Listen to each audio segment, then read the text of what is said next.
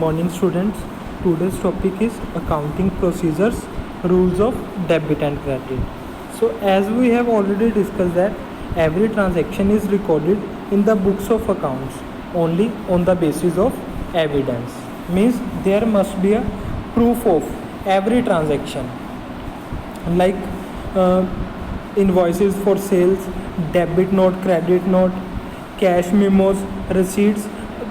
These all these documents are evidence of transactions.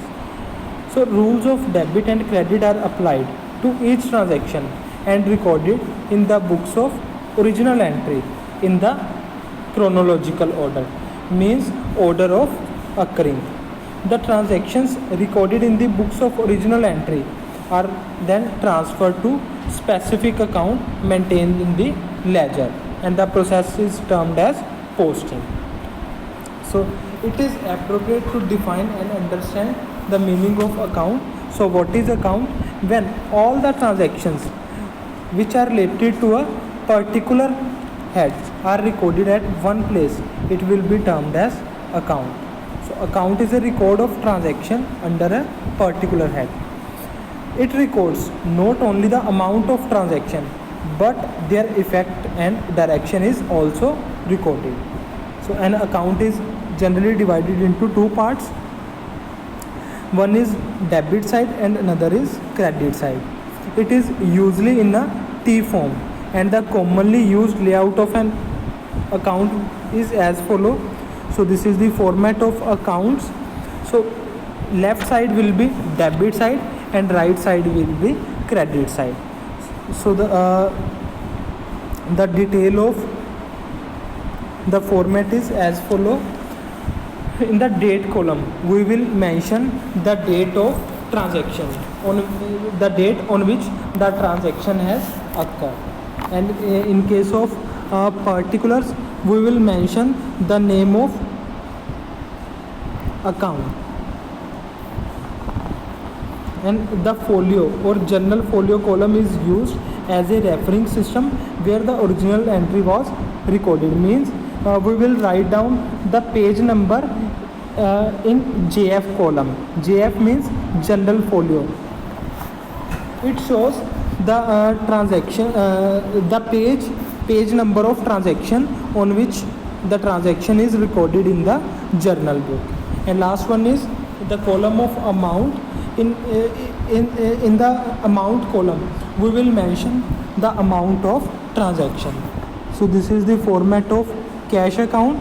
So on the debit side we will record the transactions with which cash has arrived into the organization, and on the credit side we will record those transactions with which cash has gone outside from the organization. So what is meaning of debit and credit? So debit refers to the left side of an account and credit refers to the right side of accounts. So we will record only the abbreviation of debit and credit. So an item recorded on the debit side of an account is said to be debited to account. An item recorded on the credit side of an account will be said to be credited to the account. So what are the rules of debit and credit? So under double entry system of accounting, each transaction has two aspects. One is debit and another is credit. So debit aspect shows the receiving or incoming aspect, whereas credit shows the giving or outgoing concept. So debit and credit aspect of a transaction form the basis of double entry system. So rule of double entry system or rules of debit and credit are formed on the basis of these two aspects in each of the business transaction. So there are two approaches for deciding when to write on the debit side of account and when to write on the credit side of an account. So the rules on the basis of which these decisions are taken are known as debit and credit rules. So now we will study about the classification of accounts. So there are two the accounts can be classified in two ways. First one is traditional approach and next one is modern approach. So in case of traditional approach, accounts are of two types. First one is personal account, second one is impersonal accounts. So as the name suggests, personal accounts are those accounts which are related to persons, means human beings, firms, companies, etc. So personal accounts can be classified into three categories. First one is natural personal, second one is artificial personal account, and third one is representative personal account. So first one is natural persons. Natural persons are those persons which are who are the creations of God. So in case of natural personal account, only the accounts of human beings are recorded, like Ram's account, Sham's account, Abhijit's account, etc. Next is artificial persons. So these are not the creations of persons, these are created by the law, like account of any school, account of any college, account of banks, account of colleges. All these are examples of artificial personal account. Next is representative personal account. So these are accounts which represent a certain person or a group of person, like in case of rent due or salary due to the person. An account represents the amount of rent payable to the person will be opened. So the accounts in the so words representing outstanding, prepaid, accrued will be termed as representative personal account, because these accounts are representing some person. So the rule of personal account is debit the receiver, credit the giver. So whenever a person receives the benefit, we will debit that person, and when a person is giving benefit, then we will credit that person. Next is impersonal account. So accounts which are not personal, like accounts of assets and expenses, will be termed as impersonal accounts. So impersonal accounts can be classified into two types: real accounts and nominal accounts. So real accounts are the accounts which relate to tangible or intangible assets of a firm. So what are tangible and intangible assets? Tangible assets are those assets which can be touched or seen, like building, machinery, etc. And intangible assets are those assets which cannot be seen, they can be just felt, like goodwill, patents, trademark, software, etc. And the rule of real account is debit what comes in, credit what goes out. Means whenever some assets comes into the organization, then we will debit that asset, and when some sort of asset goes outside the organization, then we will credit that asset. Next is nominal accounts. So accounts which relate to expenses, losses, incomes and gains will be termed as nominal accounts. So for example, salary account, rent account, wages account, interest account, commission account, sales account, purchase account, all these are nominal accounts. So the rule of nominal account is debit all expenses and losses, credit all income and gains. So whenever there is an expense, we will debit that expense, and when there is income, then we will credit that account. So when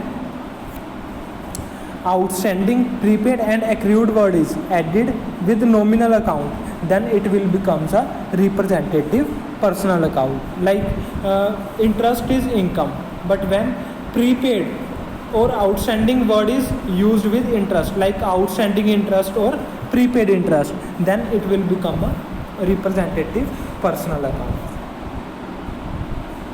So these illustrations can be solved with the help of these rules. Like in the first illustration, so First illustration is regarding classify the following accounts into personal, real and nominal accounts.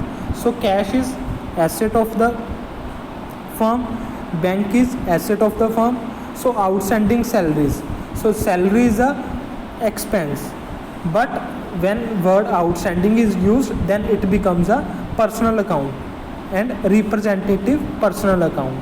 Sales is nominal account because it is an income for the firm. Accrued interest is a personal account. Leasehold property is an asset of the firm. So by using the methods of or rules of all these accounts, we can solve these questions. So next is modern approach. Under this approach, all the accounts are classified into 5 categories, like asset accounts, liabilities account, capital account, revenue account and asset expense account. So first one is assets account. So what are assets? All those properties which are owned by the company will be termed as assets of the company. So assets accounts are those accounts which relate to the economic resources of an enterprise, like land and building, plant and machinery, furniture, patents, inventory, cash, bank. All these are assets of the company.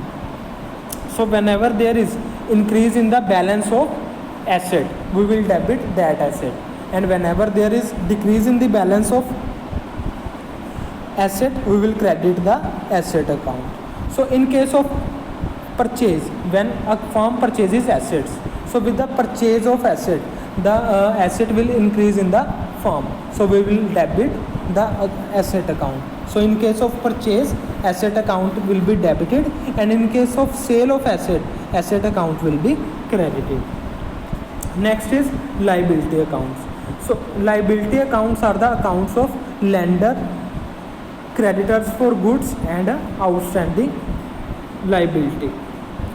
So the rule of liability account is whenever there is increase in the balance of liability, we will credit that account, and whenever there is decrease in the liability, in the balance of liability, we will debit that account.